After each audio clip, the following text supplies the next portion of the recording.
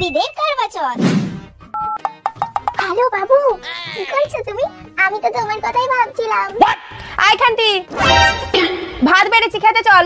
মা, আমার না এখন খেতে ইচ্ছা করছে না। কেন, কি খেয়েছিস? বাবারে, ও মা, খুব পেটটা ব্যথা করছে, এখন আমি খেতে পারবো না, আমার খুব পেট ব্যথা করছে। ঠিক আছে, খিদে পেলে খেয়ে নিস। Oh no!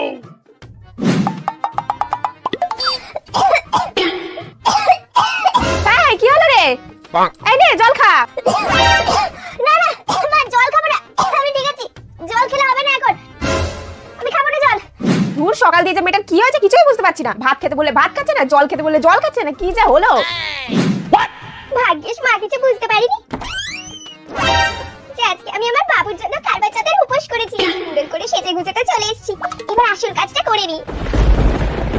এবার সিঁদুর পরে নি। আমি তো ভিডিও দেখেছি কারবা চৌথের উপোস করলে আমার বাবার মঙ্গল হবে। এবার সিঁদুরটা পরে